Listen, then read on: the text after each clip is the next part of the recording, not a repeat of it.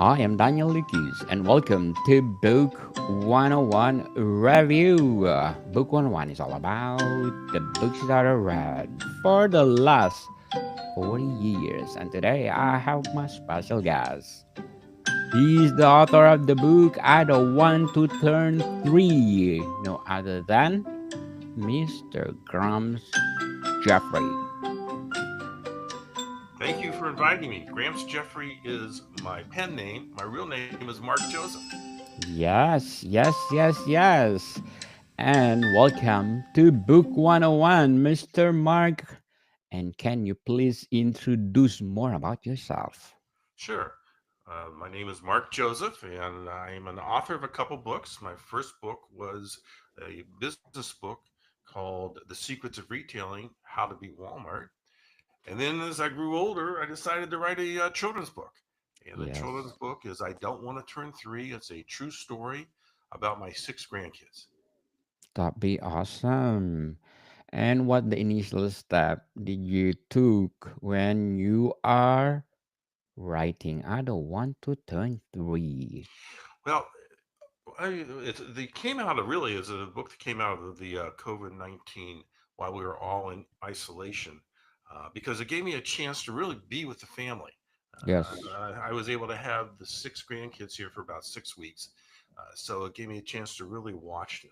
You know, all six kids have completely different kinds of personalities, but the one thing that they have in common is their sense of curiosity and how excited they do get when they accomplish something. You know, watching them grow year to year and how they interact with each other really is the basis for this book. You know, what goes through a toddler's mind? You know, the parents are so desperate to understand. When does a toddler begin to understand the difference between me and us? This book explores it and how the whole family finds this out together. You know, as a baby boomer myself, I'm trying to understand how the world has evolved since I was 3 years old. You know, and that's also part of this story. You know, my parents did not have cell phones. excuse You me. know, they didn't have the internet. They didn't have cable TV. They didn't have remotes. I was my dad's remote. He says, "Son, go change the channel." Yeah, I was the remote. My parents' definition of discipline, you know, is quite different than the parents of today. Has today's world made for a better place, you know, for these children to grow up? You know, I'll let your listeners kind of answer that question as you weigh how you were treated growing up versus how we can treat our kids today. So, you know, I wrote this book for these grandkids to read. You know, the reaction has been invaluable. You know, it's a chance for them to really discover the difference between right and wrong. So, Mr. Mark, how important outlining this children's book to you before Well, you dive in into the first draft? how important was writing it? Well, it was interesting because it just kind of hit me. In other words, as I was dealing with these six grandkids running around the house for 6 weeks, watching them how they really treated each other, watching how their parents treated them, you know, it kind of said, there's a story here. Because again, it's based on a true story. And there was a story that I just wanted to bring out because I was convinced that this just wasn't my adventure. This has got to be the adventures of grandparents all over the world. All over the world, people. So, Mr. Mark, what techniques that help you in developing compelling and believable story? Well, it starts with the truth. Okay? In other words, if you can see things that are really going on and they're interesting, that's what starts a story. And then Yes. you know, you see how it works out. Because it's a simple, you know, when you write a children's book, they're only 20 minutes long. They're all 32 pages or so. So it's not like it's you know, that you got to sit there for months kind of coming up with the concept. Now, I had to sit there for months with my business book when I wrote, you know, Secrets of Retailing, How to Be Walmart, because that took a lot of thinking on how to present something for that. But when you're dealing with a children's book, you know, if you find the right theme, you know, it really comes together, you know, and the theme that really started this was at what age do we begin to take responsibility for our actions? Is it 3 years old? Is it 13 years old?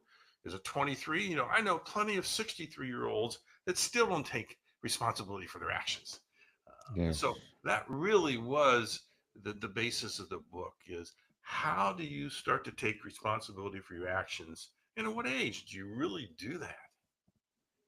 definitely. So speaking of children's book to a baby boomer projects, can you tell us about that?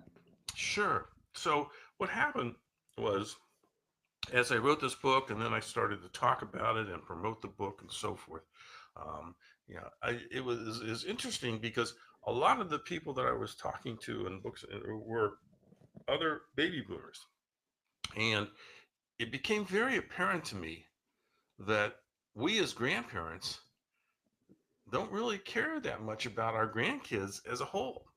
30%, that's one out of every three of us, 30% of baby boomers really do not get involved with their grandchildren. The group of baby boomers called the remote group. They may show up for a birthday party or come to Christmas, but beyond that, they're saying, hey, I raised some great kids. Let them go ahead and raise the grandkids. I'm going to go play pickleball.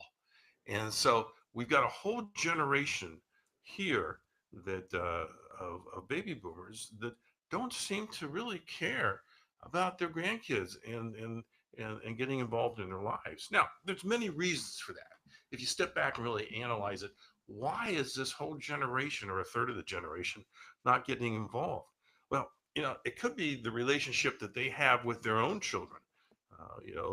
They may not have liked the spouse that their kid married, so they're not that involved in their lives, or they may create all kinds of generational anxiety issues, like giving unsolicited advice to their kids. Your kids now are adults; they don't want to hear all this advice from their grandparents. They may just uh, disrespect boundaries and show up at their kid's house without telling them. So there's all kinds of reasons why these grandparents are not being welcome to raise these kids. But there's when you think about it, there's all kinds of examples that push grandparents away, undermining the parents' authority, by challenging what their child is teaching their grandkids. That causes issues in the family. Tendency to play favorites and manipulate these siblings. I've got six grandkids. I've got a favorite, but I'm not going to tell you who it is. I'm going to my wife who my favorite is, you know, because that causes issues. And that causes people not to get involved. You know, we may have as we're getting older this lack of empathy. We may not really care about how these kids are feeling and so forth. That's crucial for young kids. That may push us away from the family. We may ask these grandkids to comply and act certain ways and respect us, and they won't do that. So there's all kinds of reasons why we were pushed away.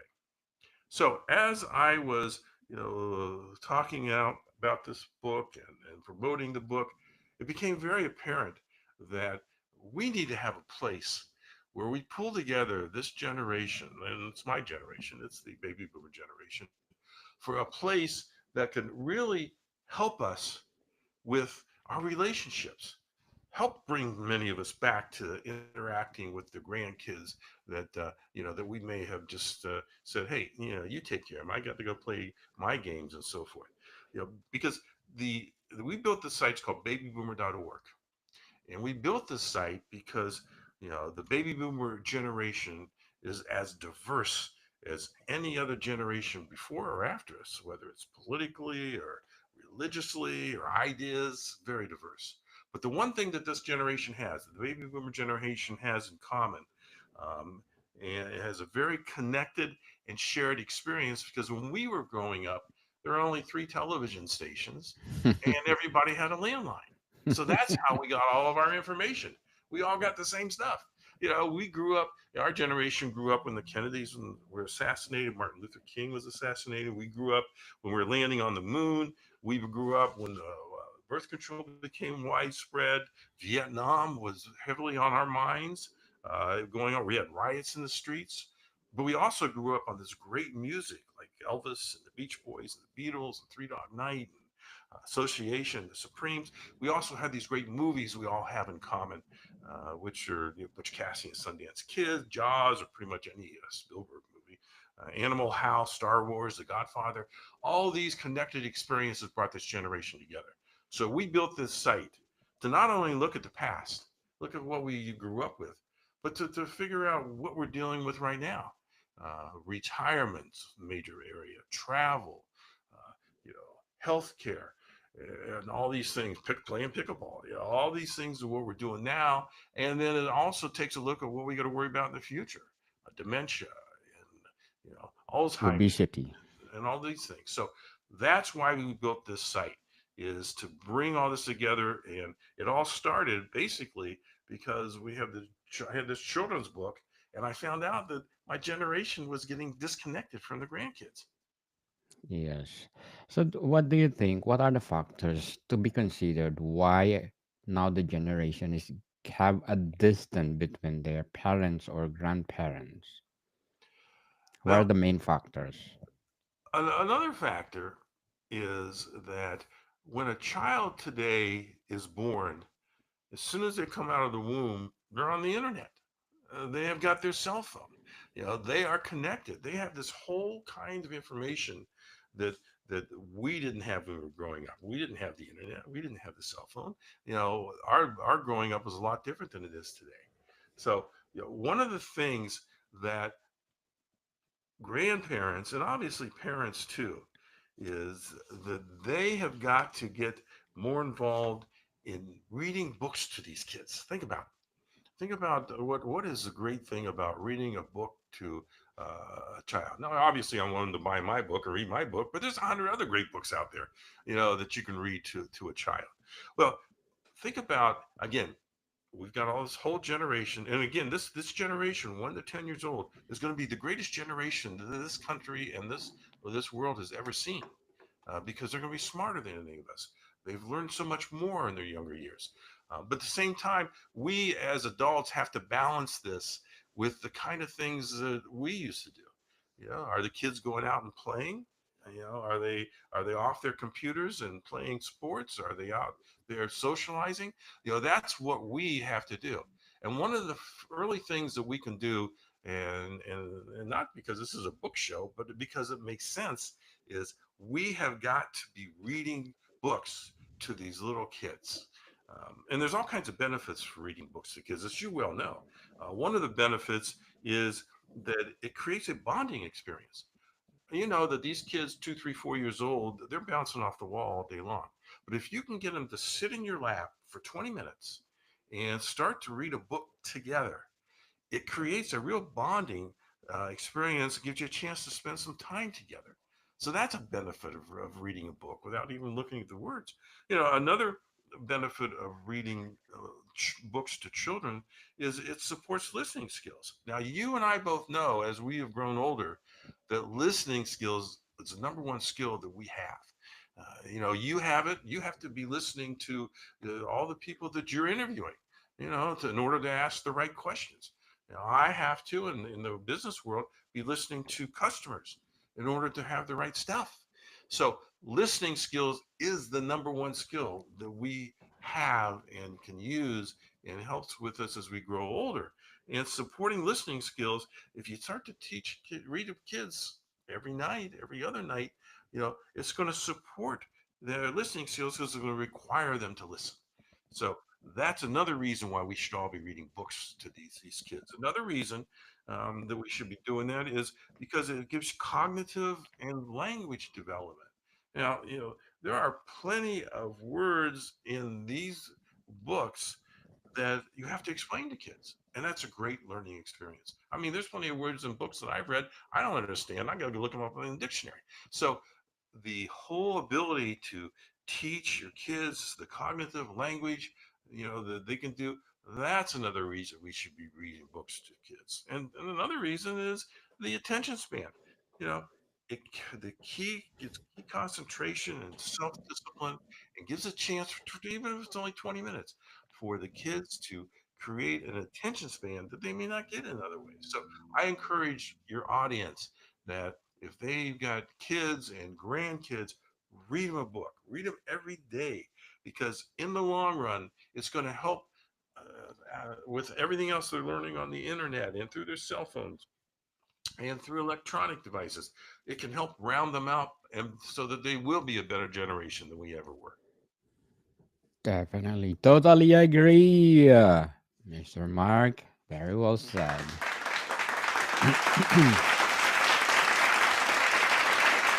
Very well said. So speaking of reading, can you read one of your favorite chapter of Adult 1 to Term 3?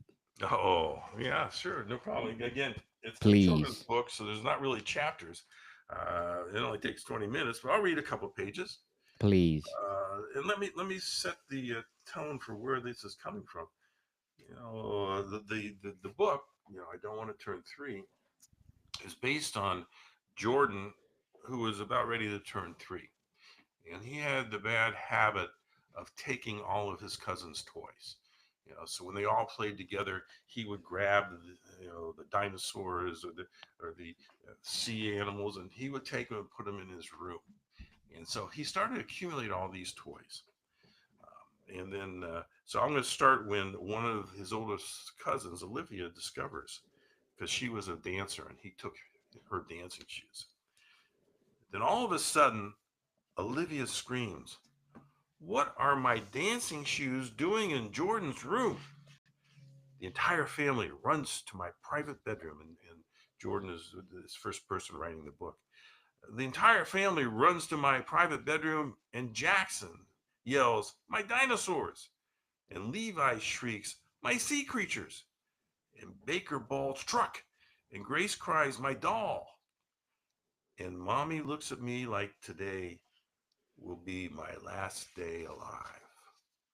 As my cousins surge at me, ready to pounce, Daddy steps between them and me and says, "I see you are all quite mad at your cousin Jordan. Let's sit down in a circle and work this out." Whoa, that was close. But everyone listened to Daddy and sat down. "I want everyone to take a deep breath and begin to calm down," said Dad. He looked at me and he said, "It is time to put on your problem solving hat." He looked at all of us kids and said, "It is time to decide for yourself what is right and what is wrong." Jackson said, "I feel angry when my dinosaurs are grabbed from my hands without me asking. Please don't do that." Levi says, "When my sea creatures are hidden from me, I get very frustrated and upset and don't know what to do." "Who knows what the word sharing means?" asked Dad. Wise old cousin Olivia says, "When you play together with your toys, everyone gets to have fun. Our toys are for everyone. It's ours. It's not just Jackson's or Levi's or Jordan's. I learned when I was 5 that when you play with your friends and share, everyone has a good time." Dad looks at me and asks if I had anything I wanted to share with the group. I said no, because I feel so guilty that I got caught. So Dad just stared at me for what seemed like hours and said, "Today, as you turn 3, you must learn what it means to be kind and as an important fair." Olivia then exclaimed, "I know what we should do. Let's give the entire pile of toys and the toys Jordan just got for his birthday to the homeless shelter kids downtown. My school is having a toy drive to help the less fortunate." The room fell silent. No one really wanted to give up their toys. Dad said to me, "The biggest lesson you can learn on your birthday is caring about others and showing compassion for those not as fortunate as you and your cousins." Now, I am only 3 years old, so I did not quite understand what Daddy meant. But in his eyes and with his smile, I could see he was telling me that this is the right thing to do. Bravo. Bravo, bravo, bravo. Mr. Mark, thank you for sharing your children's book. I hope our children will inspired. So what is your advice for those aspiring writer out there want to write a book, a children's book or whatever they want to write? You got to reach deep into your soul because it takes a lot of work to write a book.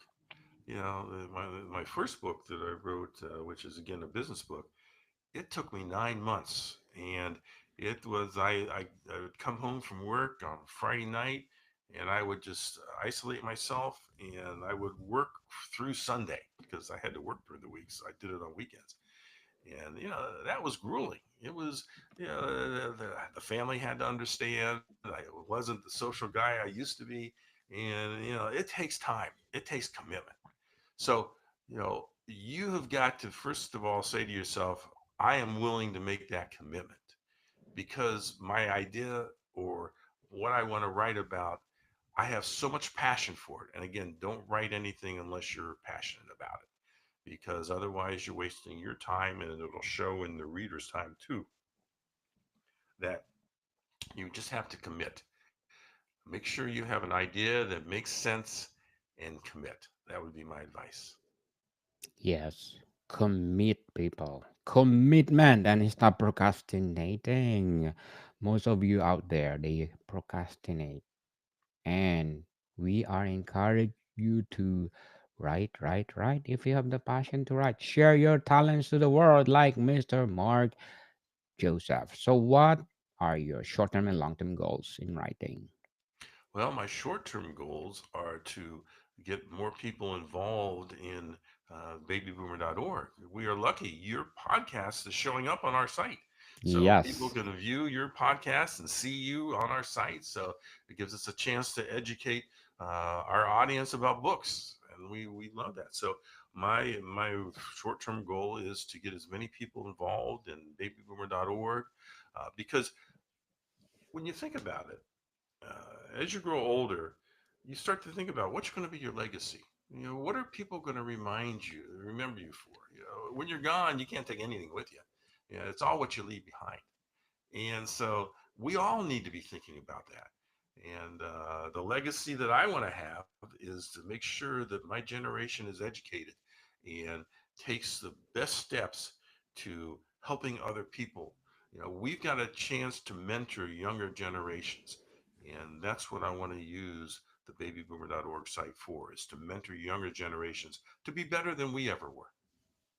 Yes, to be excellent for our generations to generations to come. So, what will be the next or for Mr. Mark Joseph? Well, I'm working on my next book, which is I Don't Want to Turn Four.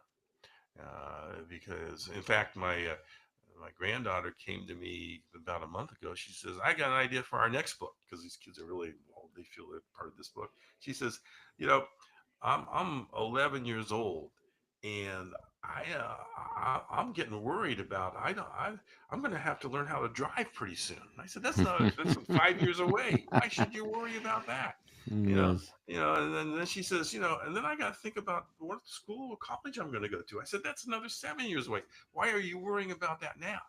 And at every age, I don't want to turn 12. I don't want to turn 21. I don't want to turn 65. When you think about it, we all are up against that. And so that'll be my next project, is a series of books about I don't want to turn. Looking forward for that, Mr. Mark Joseph. So, can you please invite our listeners to support all your books or projects to come? Oh, absolutely. On Amazon.com, you can find I Don't Want to Turn Three. You can find The Secrets of Retailing, How to Beat Walmart. You can also find it on babyboomer.org or on my site, Gramps Jeffrey. That's Gramps, Jeffrey, .com. So those are all links. Yeah, come visit us on babyboomer.org. I think you all will be quite impressed. Yes, people, let's support Mr. Mark Joseph because if you support him, more projects to come. So, Mr. Mark, thank you for your time. Thank you. Talk to you. Modicon people, see you soon.